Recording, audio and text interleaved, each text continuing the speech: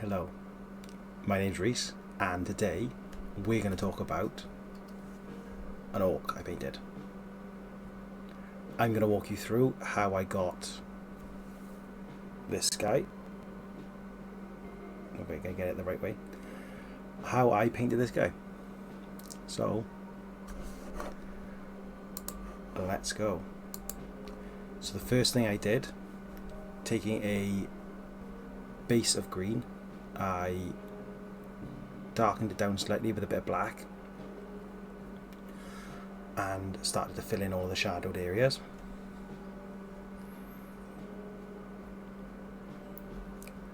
This gave the most surface area of the model. Really quick to bring in some colours onto it.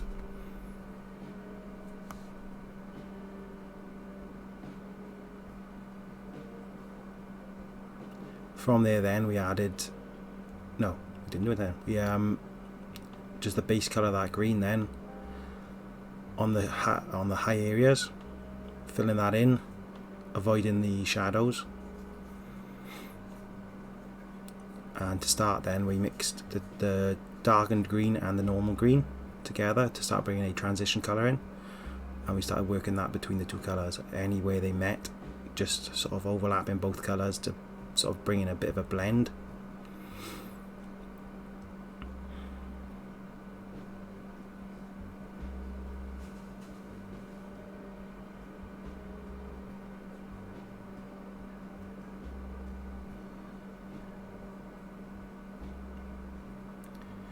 I made sure to thin my paint enough here so that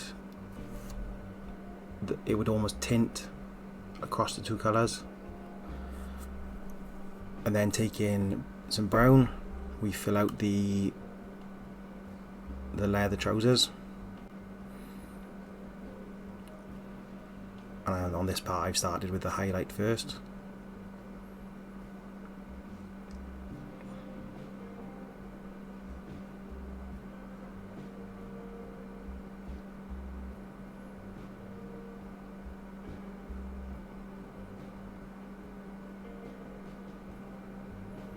And then I'm using a purple to represent his tongue.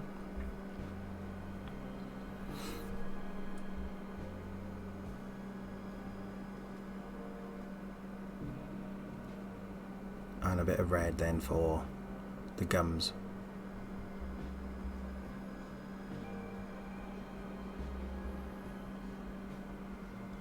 We're using a bone colour then to pick out teeth and fingernails. Completely out of focus.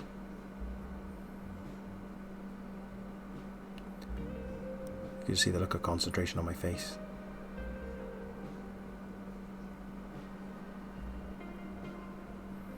So what we're doing here then is adding a little bit of black to the brown to create our shade colour, to deepen in the recesses.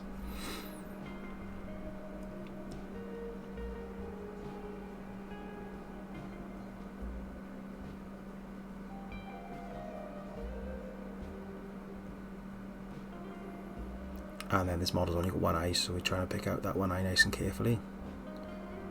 Pretty sure I slip on this bit. Nope.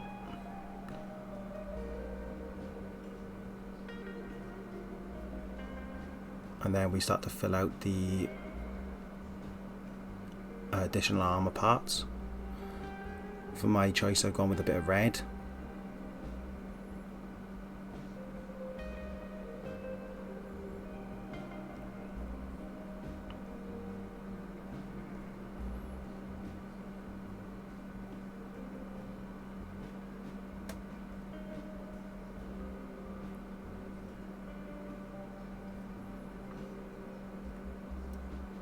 For these panels, it's mainly about getting a solid colour down with red. We will use washes later then to shade and darken out areas and bring colours back with the highlight. And then this is where my 3D print failed, so I filled it in with a bit of scrap plastic, peg-legged. I'm just painting that in silver to show that it's metal. And what we're taking here now skipping back and forward a little bit, is adding highlights to the leather, using a little bit of white in the brown to pick out raised areas, raised surfaces.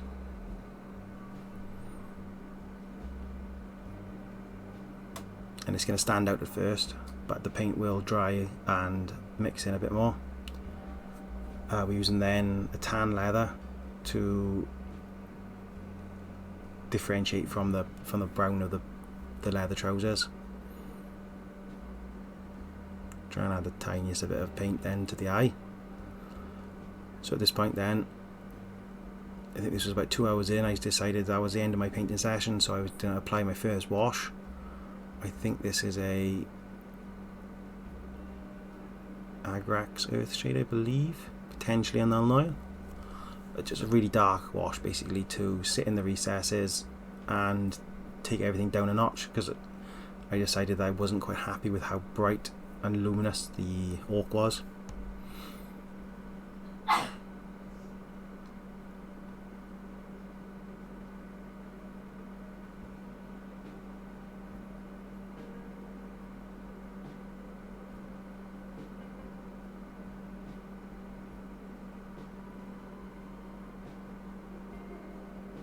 So just making sure to get this everything on you in one hit, because you'll really struggle to match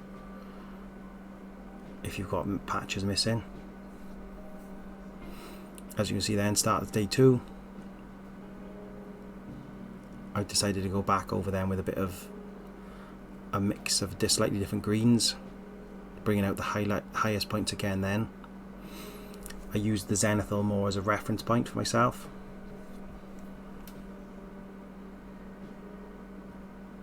And I've washed this down a bit just to make it more of a glaze, just so that it's not as intense.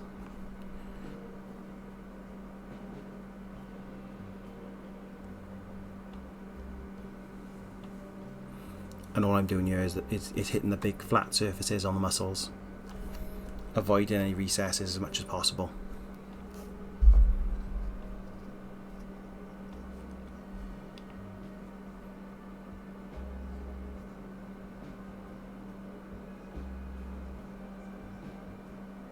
And then with a slightly thicker bit of paint, we're coming in and attacking the detailed edges. And then we're coming back in with a bit more highlight on the brown leather, where we've washed that down as well.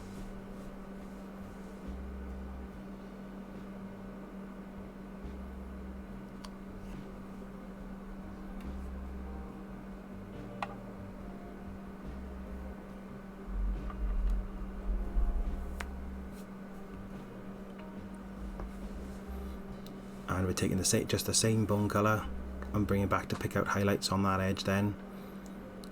Where the wash has stained it, just bringing it back to the normal colour.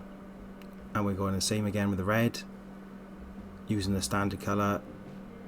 I think it's a little bit of white in there, just the edge highlight to give the bit of definition between the surfaces.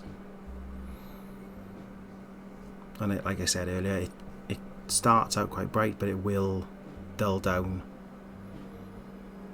and settle into more of the a more even colour balance between the two.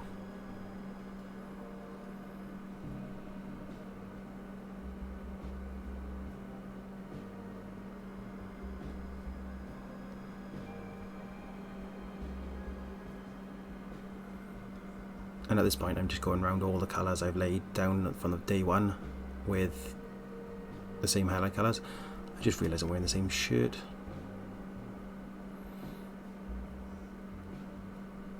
And what we're doing here then is a bit of a glaze then again on the slightly shaded areas,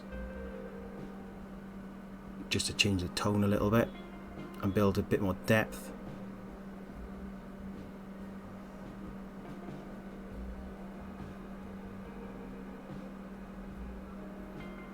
And then again, to build a bit more depth between the darkest and the lightest, we're putting the normal colour brown back then on select areas, just to build sort of a 3-layer fade.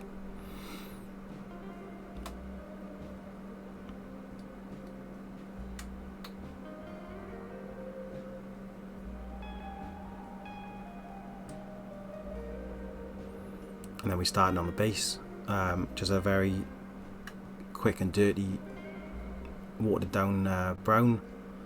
Highlight them with a yellow mixed into that brown, a very heavy dry brush, just to add a bit of colour and a bit of variation to the brown. And then ever so finely we're going to be putting a fine highlight of light, well, the bone colour again, just to pick out the highest of details, and then hit those big flat rock surfaces just to sort of bring them out a bit of a detail as well then.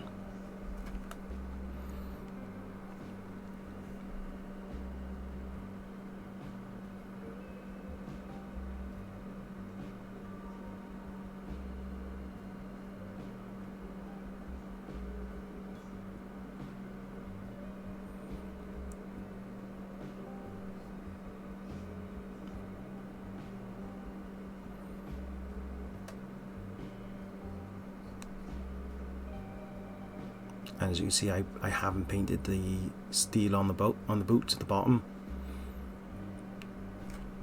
because sometimes the priming is a good enough colour. And then to finish the model off, giving it an edge of brown. I can't remember the colour still.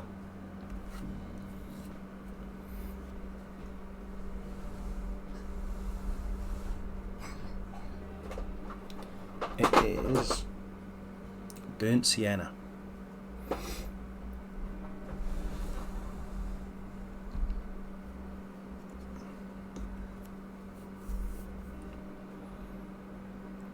And there we go. Very simple, easy follow steps to give you a great finished model.